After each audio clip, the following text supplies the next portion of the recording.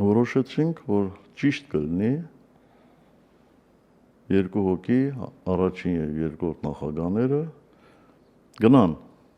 Մոսկվա եւ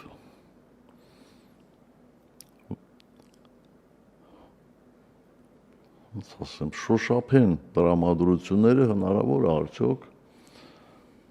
հրադադար կամ պատերազմի ավարտ հայտարարել։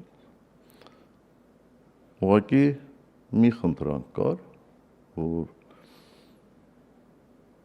Բակո Սահակյանը եւ Արկադի Ղուկասյանը դե համաձայնեցնեին Հայաստանի կառավարչի հետ, որ գոնե ինքը ոնց ասեմ, նա զանգահարի կամ տեղյակ պահի, որ Հայաստանի առաջին եւ երկրորդ պաշտոնաթող նախագահները գալիս են այդտեղ շփվելու ոչ թե Ռուսաստանի ղեկավարի հետ, ոչ թե նախագահի հետ, այլ արտգործ նախարարի հետ։ Բայց ցավոք սրտի